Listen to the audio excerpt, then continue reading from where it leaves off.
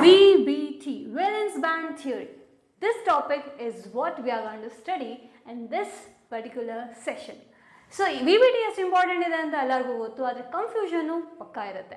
So ಈ particular session end ತನಕ ನೋಡ್ತೀರಾ ಅಂತ ಅಂದರೆ ನಿಮ್ಮ ಎಲ್ಲ ಡೌಟ್ ಕ್ಲಿಯರ್ ಆಗಿರುತ್ತೆ. So let's begin this session. So ಈ ವೇಲೆನ್ಸ್ ಬ್ಯಾಂಡ್ ಥಿಯರಿಗಿಂತ ಮುಂಚೆ, ಬಾಂಡ್ ಥಿಯರಿಗಿಂತ ಮುಂಚೆ ನಮಗೆ ಸ್ವಲ್ಪ ಸಿಂಪಲ್ ಥಿಂಗ್ಸ್ ಗೊತ್ತಿರಬೇಕು. ಲೈಕ್ ಯಾವ ಹೈಬ್ರಿಡೈಸೇಷನ್ಗೆ ಯಾವ ಜಾಮೆಟ್ರಿ ಇರುತ್ತೆ ಅಂತ. ಸೊ ನೀವು ಕಲ್ತಿರ್ತೀರಾ, if any compound get SP hybridization, ನಮಗೆ ಅದರ ಜಾಮೆಟ್ರಿ ಏನಾಗಿರುತ್ತೆ, it's going to be linear, right? ಅದೇ ನಾವು SP2 ನೋಡಿದರೆ it's going to be trigonal planar. ಅದೇ ಥರ SP3 ನೋಡ್ತೀವಿ ಅಂತ ಅಂದರೆ ಟೆಟ್ರಾ ಹೆಡ್ರಲ್ ಆಗಿರುತ್ತೆ. ಎಸ್. ಆ್ಯಂಡ್ DSP2 ಆಗಿದ್ರೆ it is gonna be square planar.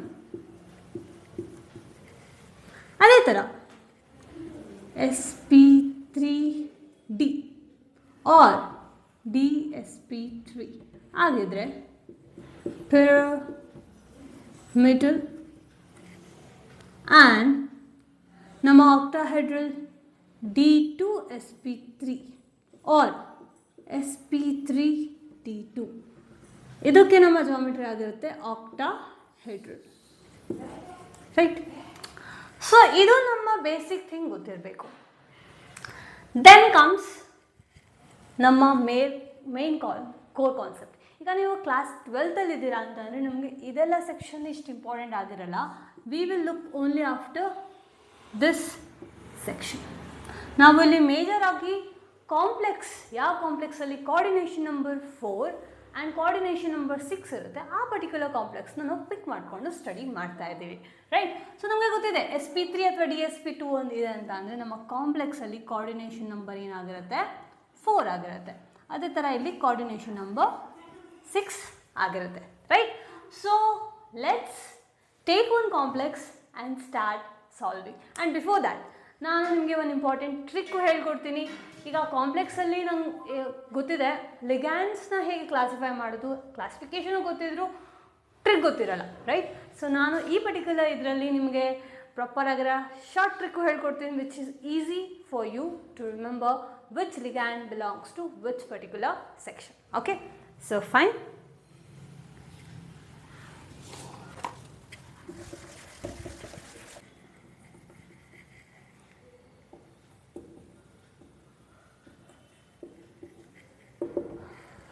ನಾವು ಲಿಗ್ಯಾಂಡ್ಸ್ಗೆ ಬಂದರೆ ಇಲ್ಲಿ ಪರ್ಟಿಕ್ಯುಲರ್ ಆಗಿ 2 ಟೈಪ್ಸ್ ಆಫ್ ಲಿಗ್ಯಾಂಡ್ಸ್ ನೋಡ್ತೀವಿ. ಒಂದು strong field ligand and one more weak field ligand. ನಾನು ಫುಲ್ ಡೀಟೇಲಾಗಿ ಬರೀತಾ ಇಲ್ಲ, just I am writing in a short way. Strong field ligand, weak field ligand ಹೇಗೆ ಕ್ಲಾಸಿಫೈ ಮಾಡೋದು? ಈಗ ಕಾಂಪ್ಲೆಕ್ಸ್ ಕೊಟ್ಟಿರ್ತಾರೆ, ಲಿಗ್ಯಾಂಡ್ಸ್ ಕೊಟ್ಟಿರ್ತಾರೆ, ಆದರೆ ಕಾಂಪ್ಲೆಕ್ಸಲ್ಲಿರೋ ಲಿಗ್ಯಾಂಡ್ಸ್ನ ನೋಡಿದ ತಕ್ಷಣ ಹೇಗೆ ಗೊತ್ತಾಗಬೇಕು, yes this is a strong field ligand, yes this is a weak field ligand. So here I have a trick ಹೇಳ್ತೀನಿ ಅಂತ ಹೇಳಿದೆ ಅಲ್ವಾ? Yes. So just remember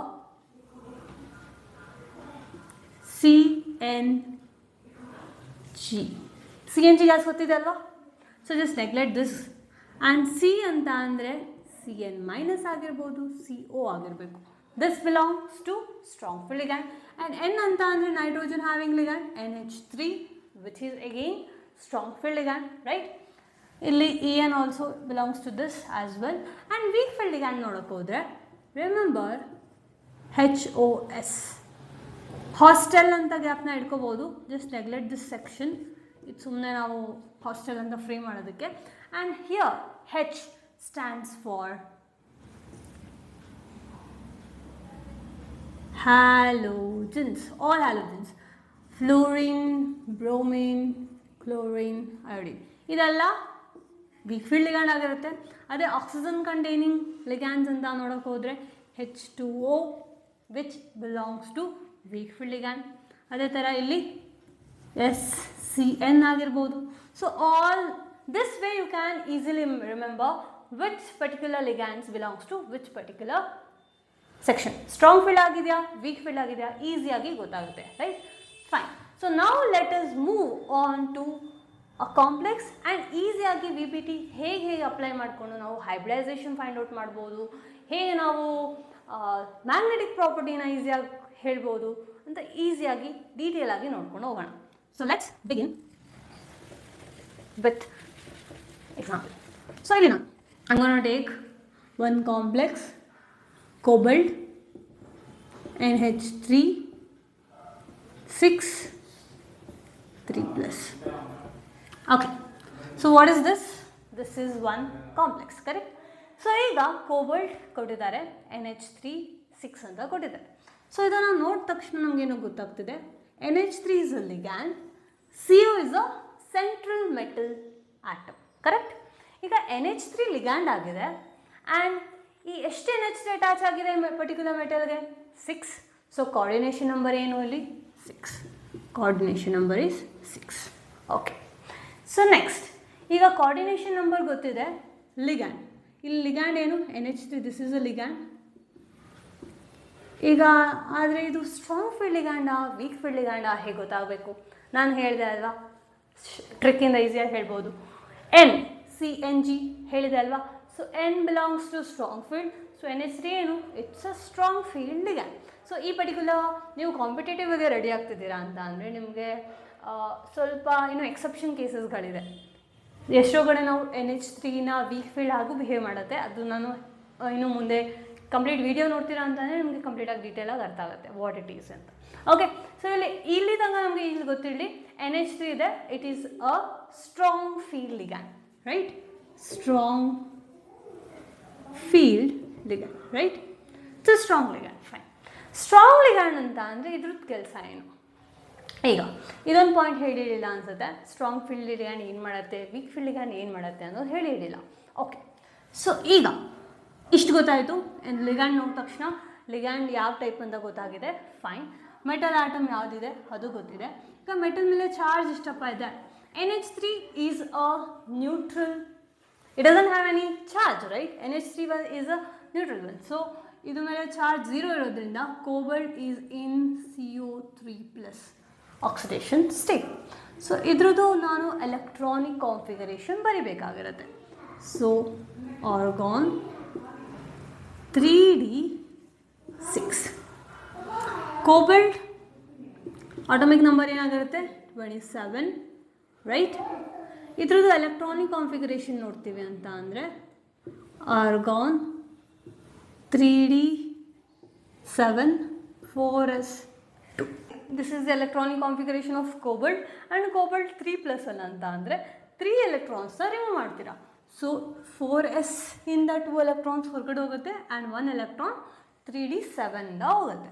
so ನಮಗೆ this is the electronic configuration of cobalt 3+, correct? Okay, ಈಗ next step ಏನು? ನನಗೆ electronic configuration ಗೊತ್ತಾಗಿದೆ, ligand ಯಾವುದು ಅಂತಲೂ ಗೊತ್ತಾಗಿದೆ. ಈಗ ಈ ಸ್ಟ್ರಾಂಗ್ ಫೀಲ್ಡ್ ಲಿಗ್ಯಾಂಡ್ ಏನು ಇಂಡಿಕೇಟ್ ಮಾಡ್ತಿದೆ ಅದು ನಿಮಗೆ ಗೊತ್ತಿರಲಿ. ಈಗ ಯಾವ ಥರ ಲಿಗ್ಯಾಂಡ್ ಸ್ಟ್ರಾಂಗ್ ಅಥವಾ ವೀಕ್ ಆಗಿದೆ ಅಂತ ಅಂದರೆ ಯಾವುದ್ರ ಬೇಸಿಸ್ ಮೇಲೆ ಹೇಳ್ತಿದ್ದೀವಿ? ಸ್ಟ್ರಾಂಗ್ ಫೀಲ್ಡ್ ಲಿಗ್ಯಾಂಡ್ ಏನು ಮಾಡುತ್ತೆ? ಎಲೆಕ್ಟ್ರಾನ್ನ ಪೇರಪ್ ಮಾಡುತ್ತೆ. ಯಾವ ಎಲೆಕ್ಟ್ರಾನ್ನ ಪೇರಪ್ ಮಾಡುತ್ತೆ? ನಮ್ಮ ಡಿ ಆರ್ಬಿಟಲಲ್ಲಿ ಏನು ಎಲೆಕ್ಟ್ರಾನ್ಸ್ ಇದೆ ಅದನ್ನು ಪೇರಪ್ ಮಾಡುತ್ತೆ. Let me show you. So ಇದನ್ನು ನಾವು ಆರ್ಬಿಟಲ್ ಸ್ಟ್ರಕ್ಚರ್ ಡ್ರಾ ಮಾಡೋಣ ಈಗ ಇಲ್ಲಿ. So here cobalt is in 3+ form. ಇದರದ್ದು ಆರ್ಬಿಟಲ್ ಡಯಾಗ್ರಾಮ್ ಹೇಗಿರುತ್ತೆ? ಸೊ ವಿ ನೋ ದ್ಯಾಟ್ ನಮ್ಮ ಡಿ ಅನ್ನೋ ಮನೆಯಲ್ಲಿ ಎಷ್ಟು ರೂಮ್ಸ್ಗಳಿದೆ? 5 rooms will be there. 1 2 3 4 5. Yes, 5 draw ಮಾಡಿದ್ದೀನಲ್ವಾ? So yes, 1 2 3 4 5 equal sized room ಇದೆ. ಫೈನ್. ಈಗ this is 3d and 6 electrons ಇದೆ. So I'm going to follow up the rule and fill up the electrons. 5 electrons fill ಮಾಡಿದ್ದೀನಿ. Next electron ಎಲ್ಲಿ ಹೋಗುತ್ತೆ? ಇಲ್ಲಿ pairing ಆಗಿದೆ ಅಲ್ವಾ? ಈಗ ಹಾಗಾದರೆ 4s ಅಲ್ಲಿ ಏನಾದರೂ ಇದೆಯಾ? ಇಲ್ಲ, 4s is empty. ಸೊ ನಾನು 4s empty ಅಂತಾನೆ ಇಲ್ಲಿ ತೋರಿಸ್ತೀನಿ. 4p ಅಲ್ಲಿ ಎಷ್ಟಲ್ಲಪ್ಪ, ಎಷ್ಟು ರೂಮ್ಸ್ ಇರುತ್ತೆ? ಆಬ್ವಿಯಸ್ಲಿ 3 ಆರ್ಬಿಟಲ್ಸ್ ಆದೆ. ಸೊ 4p ಅಂತ ಡ್ರಾ ಮಾಡಿದ್ದೀನಿ. ಈಗ ನೆಕ್ಸ್ಟ್ ಏನಾಗಬೇಕು?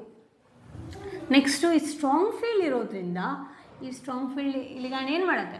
ಈ ಕೊಟ್ಟಿರೋ ಇರೋ ಎಲೆಕ್ಟ್ರಾನ್ಸ್ನ ಪೇರಪ್ ಮಾಡುತ್ತೆ. So this this goes here and this goes here, right? So ನಮ್ಮ ಆರ್ಬಿಟಲ್ ಡಯಾಗ್ರಾಮ್ ಈಗ ಈ ಥರ ಕಾಣುತ್ತೆ. It look something like this. So ನಮ್ಮ ಹತ್ರ ಈಗ ಏನಾಗಿದೆ, we got 2 empty orbitals in 3D and 1 empty in 4s and 3 p ಯಲ್ಲೂ empty ಇದೆ, ರೈಟ್? ಈಗ ಲಿಗ್ಯಾಂಡ್ ಸ್ಟ್ರಾಂಗ್ ಆಗಿರೋದ್ರಿಂದ ಏನು ಮಾಡಿದೆ, ಎಲೆಕ್ಟ್ರಾನ್ನ ಪೇರಪ್ ಮಾಡಿದೆ. That's it. ಈಗೇನಾಗಬೇಕು, ಇದಾದಮೇಲೆ ಏನಾದರೂ ನೆಕ್ಸ್ಟ್ ಪ್ರೋಸೆಸ್ ಇದೆಯಾ? ಎಸ್ ಇದೆ.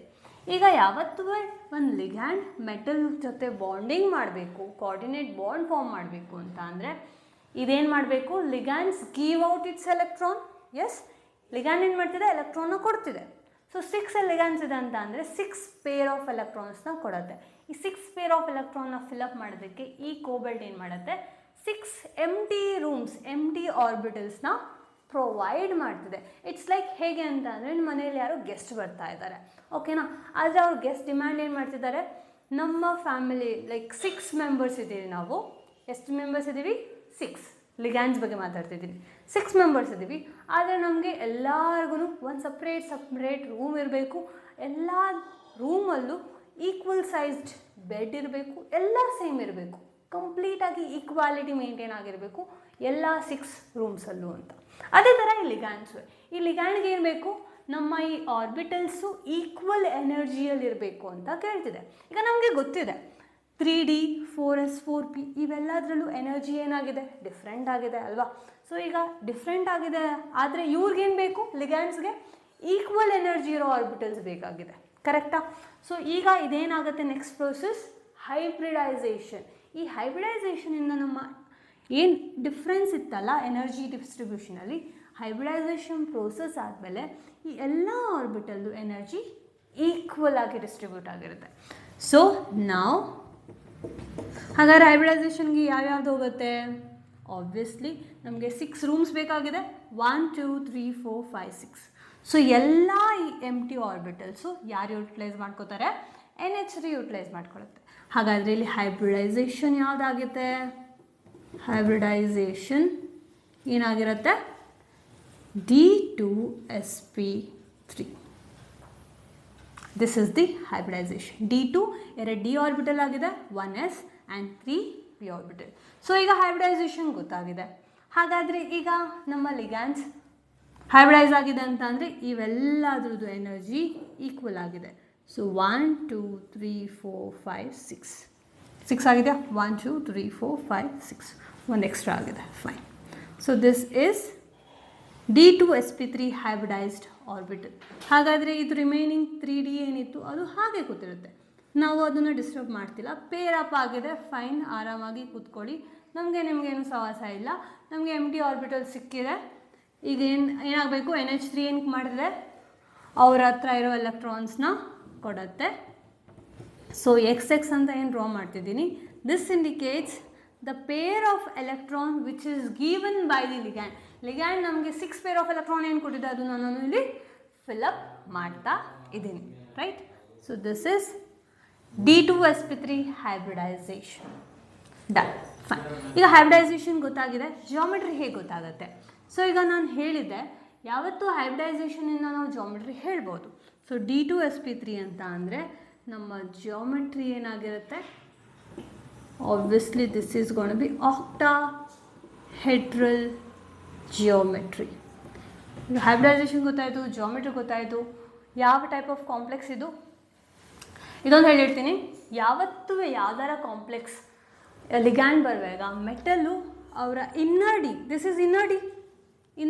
ಈಗ 4p ಆದಮೇಲೆ 4d ಎಲೆಕ್ಟ್ರಾನ್ಸ್ನ ನಾವು 4b ಆರ್ಬಿಟಲ್ಸ್ನ ಔಟರ್ ಡಿ ಆರ್ಬಿಟಲ್ಸ್ ಅಂತ ಅಂತೀವಿ. 3dನ ನಾವು ಇನ್ನರ್ ಆರ್ಬಿಟಲ್ಸ್ ಅಂತ ಅಂತೀವಿ, ರೈಟ್? ಸೊ ಇಲ್ಲಿ ಇನ್ನರ್ ಡಿ ಆರ್ಬಿಟಲ್ಸ್ ಯೂಸ್ ಮಾಡಿದ್ದೀವಿ ಹೈಬ್ರಿಡೈಸೇಷನ್ಗೆ. So the complex is inner orbital complex. Magnetic property ಏನಾಗಿರುತ್ತೆ, ಇಲ್ಲಿ ಮ್ಯಾಗ್ನೆಟಿಕ್ ಪ್ರಾಪರ್ಟಿಯಲ್ಲಿ ನಾವು 2 ಕಾನ್ಸೆಪ್ಟ್ಸ್ ನೋಡ್ತೀವಿ, ಪ್ಯಾರಾಮ್ಯಾಗ್ನೆಟಿಕ್ ಆ್ಯಂಡ್ ಡಯಾಮ್ಯಾಗ್ನೆಟಿಕ್. ನೀವು ಇಲ್ಲಿ ಪೇರಿಂಗ್ ಇದೆ, ಕಂಪ್ಲೀಟಾಗಿ ಪೇರ್ ಆಗೋಗಿದೆ. ಇನ್ನೂ ಒಂದು ಸಿಂಗಲ್ ಅನ್ಪೇಯ್ಡ್ ಎಲೆಕ್ಟ್ರಾನ್ ಇದೆ ಅಂತ ಅಂದರೆ ಅದು ಪ್ಯಾರಾಮ್ಯಾಗ್ನೆಟಿಕ್ ಆಗಿರುತ್ತೆ. ಎಲ್ಲ ಕಂಪ್ಲೀಟಾಗಿ ಪೇರ್ಡ್ ಅಪ್ ಆಗೋದು ಅಂತ ಅಂದರೆ this is called diamagnetic. So ಇಲ್ಲೆಲ್ಲೂ ಅನ್ಪೇಯ್ಡ್ ಎಲೆಕ್ಟ್ರಾನ್ ಇಲ್ಲ, ಸಿಂಗಲ್ ಎಲೆಕ್ಟ್ರಾನ್ ಇಲ್ಲ ಅಲ್ವಾ. ಸೊ ಎಲ್ಲ ಕಂಪ್ಲೀಟಾಗಿ ಪೇರ್ ಆಗಿರೋದ್ರಿಂದ the complex shows diamagnetic. So magnetic property ಏನಾಗಿದೆ, ಡಯಾಮ್ಯಾಗ್ನೆಟಿಕ್. ಏನು ನೋಡಬೇಕಾಗಿರೋದು, ಜಸ್ಟ್ ಹೈಬ್ರಿಡೈಸೇಷನ್ ಪ್ರೋಸೆಸ್ಸಲ್ಲಿ ನಮಗೆ ಅನ್ಪೇಯ್ಡ್ ಎಲೆಕ್ಟ್ರಾನ್ ಇದೆಯಾ ಇಲ್ಲವಾ ಅಂತ ಚೆಕ್ ಮಾಡ್ತೀರಾ. ಇಲ್ಲಿ ನಿಮಗೆ ಅನ್ಪೇಯ್ಡ್ ಎಲೆಕ್ಟ್ರಾನ್ ಇಲ್ಲ ಅಂತ ಅಂದರೆ ಡಯಾಮ್ಯಾಗ್ನೆಟಿಕ್, ಅನ್ಪೇಯ್ಡ್ ಎಲೆಕ್ಟ್ರಾನ್ ಇದೆ ಅಂತ ಅಂದರೆ ಪ್ಯಾರಾಮ್ಯಾಗ್ನೆಟಿಕ್ ಆಗಿರುತ್ತೆ ಅಲ್ವಾ. ಸೊ ಕಾನ್ಸೆಪ್ಟ್ ಸಿಂಪಲ್ ಆಗಿದೆ. ನಮಗೆ ಇನ್ನರ್ ಆರ್ಬಿಟಲ್ ಕಾಂಪ್ಲೆಕ್ಸ್ ಸಿಕ್ಕಿದೆ. ಆ್ಯಂಡ್ ಒನ್ ಮೋರ್ ಥಿಂಗ್, ಇಲ್ಲಿ ಅನ್ಪೇಯ್ಡ್ ಎಲೆಕ್ಟ್ರಾನ್ ಇಲ್ಲ ಅಂತ ಅಂದರೆ ಸ್ಪಿನ್ನಿಂಗ್ ಇಲ್ಲ ಅಂತ. ಸೊ ನಾವು ಇಲ್ಲಿ ಲೋ ಸ್ಪಿನ್ ಕಾಂಪ್ಲೆಕ್ಸ್ ಫಾರ್ಮ್ ಆಗಿದೆ ಅಂತಾನು ಹೇಳ್ಬೋದು. Low spin complex, right. So inner orbital complex R low spin complex ಅಂತಾನು ಹೇಳ್ತೀವಿ. ಕ್ಲಿಯರ್. ಸೊ ಈಗ ನಮ್ಗೇನು ಗೊತ್ತಾಯಿತು, ವೇಲೆನ್ಸ್ ಬ್ಯಾಂಡ್ ಥಿಯರಿ ನಮ್ಗೇನು ಕೊಡ್ತಿದೆ, ಜಿಯೋಮೆಟ್ರಿ ಏನು ಅಂತ ಹೇಳ್ತಿದೆ, ಹೈಬ್ರಿಡೈಸೇಷನ್ ಏನು, ಮ್ಯಾಗ್ನೆಟಿಕ್ ಪ್ರಾಪರ್ಟಿ ಏನು, and which type of complex it is giving ಅಂತ ಕಂಪ್ಲೀಟಾಗಿ ಇನ್ಫಾರ್ಮೇಷನ್ ಯಾವ್ದು ಕೊಡುತ್ತೆ, valence bond theory. Right. So ಇದೇ ಥರ ನಾವು ಯಾವ ಥರ ಬೇರೆ ವೀಕ್ ಫೀಲ್ಡ್ ಲಿಗ್ಯಾಂಡ್ ಇಟ್ಕೊಂಡು ಮಾಡ್ಕೋಬೋದಾ? Yes, obviously.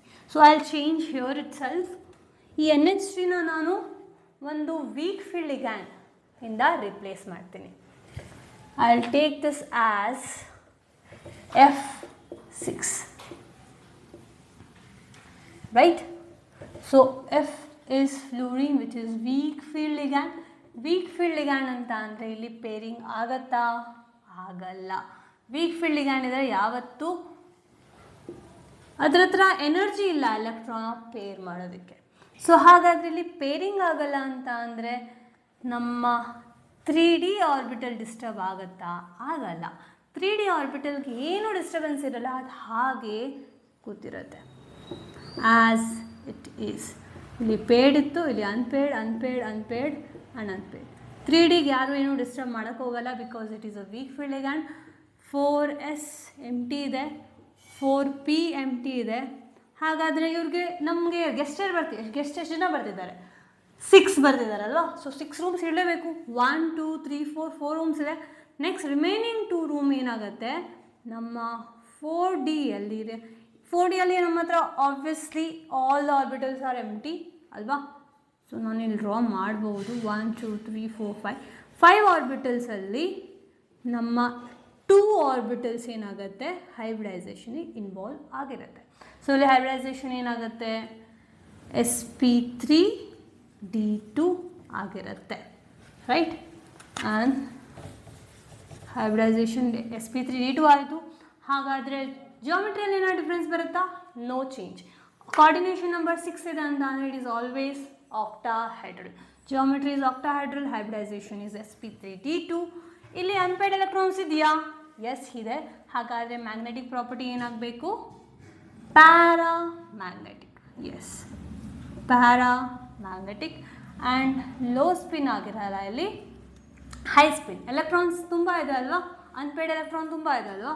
So the complex will be high spin complex and the orbital is called, this complex is called outer orbital complex. I hope ನಿಮಗೆ clarity ಸಿಕ್ಕಿರುತ್ತೆ how this is done. Clear?